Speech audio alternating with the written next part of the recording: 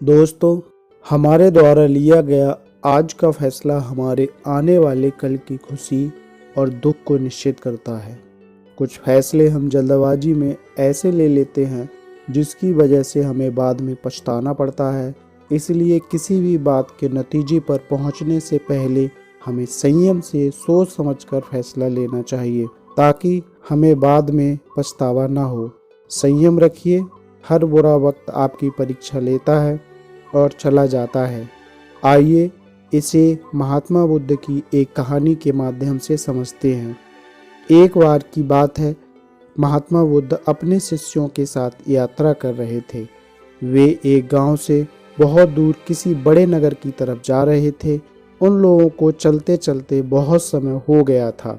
गर्मी के दिन थे, बहुत तेज गर्मी हो रही थी और रास्ता भी बहुत लंबा था। महात्मा बुद्ध अपने शिष्यों के साथ बहुत देर से चल रहे थे, जिसकी वजह से उन सभी को बहुत प्यास लगने लगी। रास्ते में ही एक बहुत बड़ा बरगद का वृक्ष था। उसकी छाया बहुत घनी थी। सभी लोग उस वृक्ष के पास पहुंच गए। महात्मा बुद्ध अपने सभी शिष्यों सहित वृक्ष की घनी छाया के नीचे विश्राम करने के लिए रुक गए। बहुत देर से चलने की वजह से सभी का गला प्यास से सूखा जा रहा था। यह बात महात्मा बुद्ध भी समझ रहे थे।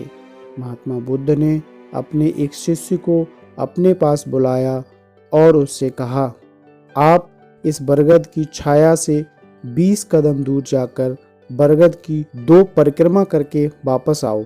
उस शिष्य की समझ में कुछ नहीं आया कि महात्मा बुद्ध इतनी गर्मी में उसे ऐसा करने को क्यों बोल रहे हैं। वह शिष्य चुपचाप चला गया और वैसा ही किया जैसा महात्मा बुद्ध ने बताया।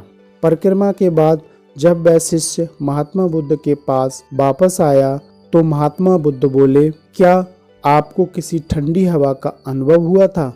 शिष्य बोला, हाँ महात्मा, उत्तर दिशा की तरफ से मुझे कुछ ठंडी हवा का अनुभव हुआ था। शिष्य की यह बात सुनकर महात्मा बुद्ध मुस्कुराए और शिष्य से बोले कि उसी दिशा में चले जाओ, वहां से कुछ ही दूर पर एक तालाब अवश्य होगा। उस तालाब से सभी के लिए पानी ले आओ। अब उस शिष्य की समझ में आ गया था कि महात्मा बुद्ध ने उसे परिक्रमा करने को क्यों कहा था। वह शिष्य महात्मा बुद्ध के कहे अनुसार उसी दिशा में चला गया। वह उसी दिशा में जब कुछ दूर गया तो वहाँ सच में एक तालाब था।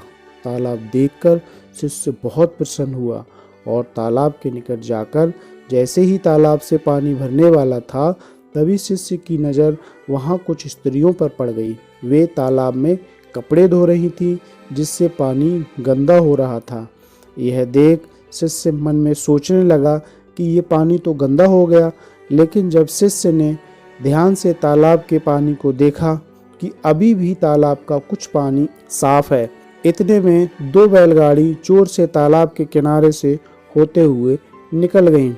बैलगाड़ी के पहिए तालाब की मिट्टी के ऊपर इतनी तेजी से निकले कि तालाब के नीचे बैठी हुई सारी मिट्टी तालाब के ऊपर आ गई, जिस वजह से तालाब का बचा हुआ पानी भी गंदा हो गया। यह देख शिष्य बिना पानी लिए क्रोध से महात्मा बुद्ध के पास वापस चला गया।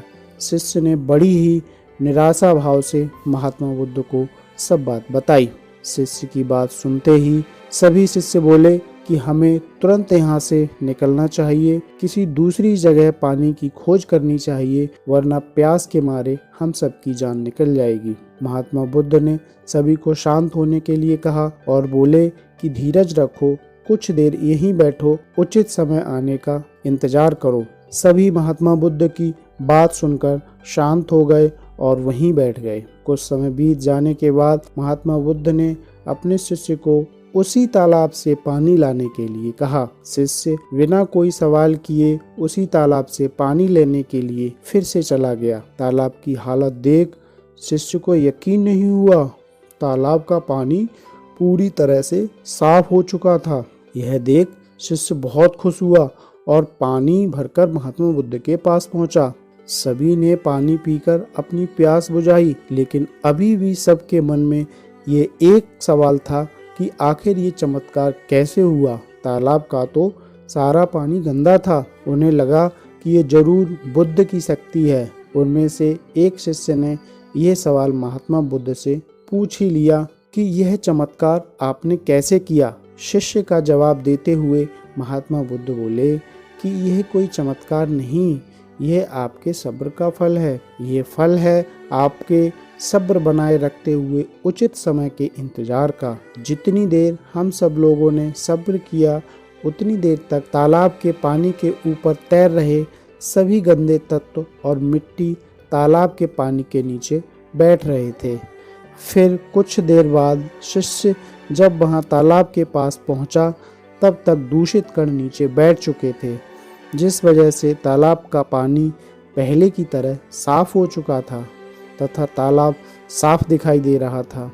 यदि उस समय आप लोगों ने सब्र न किया होता, धैर्य न रखा होता, तो आप सब इतनी गर्मी में पानी की खोज में प्यासे रहकर शायद अब तक मृत्यु को प्राप्त हो गए होते, क्योंकि यहाँ से अगला कोई तालाब है या नहीं, और होगा भी तो क्या उसका पानी साफ होगा या नहीं। इन सब कारणों से आप सभी प्यास न बुझा पाते और प्यास से मर जाते।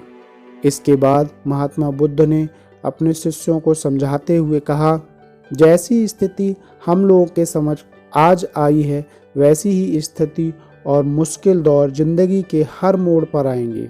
तब उस समय भी आपको ऐसे ही संयम बनाए रखना होगा और अपने विवेक से काम लेते हुए ही आपको उचित समय उचित फैसले के साथ सही नतीजे पर पहुंचना होगा। हर मुश्किल दौर में सब्र रखते हुए ऐसे शांत मन से ही कोई फैसला लेना चाहिए जो आपको और दूसरों के लिए अच्छा हो, क्योंकि ऐसी स्थिति में लोग अक्सर गुस्से में आकर अपना सब्र खो देते हैं और गुस्से तथा जल्दबाजी में गलत काम और फैसला कर बैठते हैं, जिसका बुरा परिणाम उनको भविष्य में देखने को मिलता है, जिसमें खुद का नुकसान अधिक होता है।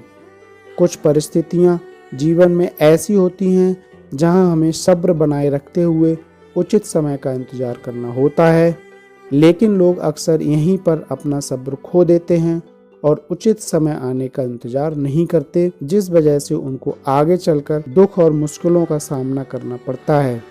महात्मा बुद्ध से ये ज्ञान पाकर सभी शिष्य उनके सामने नतमस्तक हुए और उनका आभार व्यक्त करते हुए धन्यवाद दिया। दोस्तों, उम्मीद करता हूँ आपको ये कहानी अवश्य पसंद आई होगी और ऐसी ही बहुत सारी कहानियाँ सुनने के लिए हमारे चैनल आद्विक दर्शन को सब्सक्राइब जरूर कर लें। मिलते हैं ऐसी ही एक और कहानी में। अपना ख्याल रखिए, खुश रहिए। धन्यवाद।